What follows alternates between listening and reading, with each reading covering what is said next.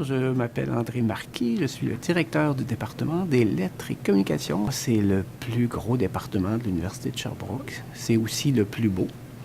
Il regroupe plusieurs disciplines qui sont complémentaires.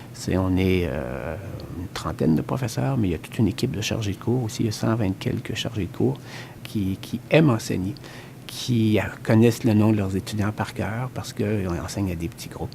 Il y a beaucoup d'enseignements variés à l'Université de Sherbrooke. Tu as le cours magistral traditionnel donné par le professeur, mais tu as aussi beaucoup d'ateliers pratiques. Tu as beaucoup de toutes sortes de formes d'enseignement variées. Donc, celui qui apprend de toutes sortes de façons va trouver, à un moment donné, chaussure à son pied, puis il va être content de ce qu'il va recevoir comme formation. Il y a une grande cohésion dans ce département, même s'il est très éclaté. On a comme une ouverture vers une interdisciplinarité intéressante qu'on ne retrouve peut-être pas ailleurs. Ça apporte une ouverture d'esprit, ça permet de voir une discipline avec un œil un peu différent. Maintenant, les découvertes qui se font, c'est plus dans une discipline, c'est par le rapprochement de plusieurs disciplines. Donc, tu vois le même objet de différents points de vue, puis ça te permet de trouver de nouvelles solutions pour régler les problèmes que tu dois affronter, là. On a des groupes de recherche subventionnés par des grands organismes et souvent les étudiants de deuxième, troisième cycle s'intègrent à des groupes de recherche et vont chercher une expérience pertinente. Les étudiants du DLC, d'abord, c'est des étudiants qui sont très allumés, je dirais.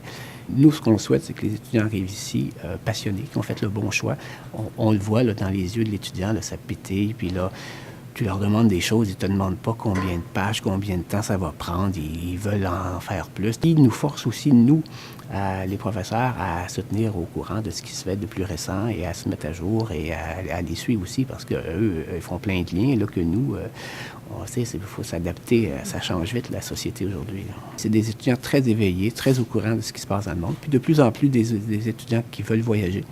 Donc, ils sont vraiment ouverts là, sur le monde. Une de leurs forces, c'est cette capacité-là à s'adapter au changement et à être capable de façon très autonome de prendre les virages qui s'imposent et de faire les recherches qu'il faut pour être toujours à jour.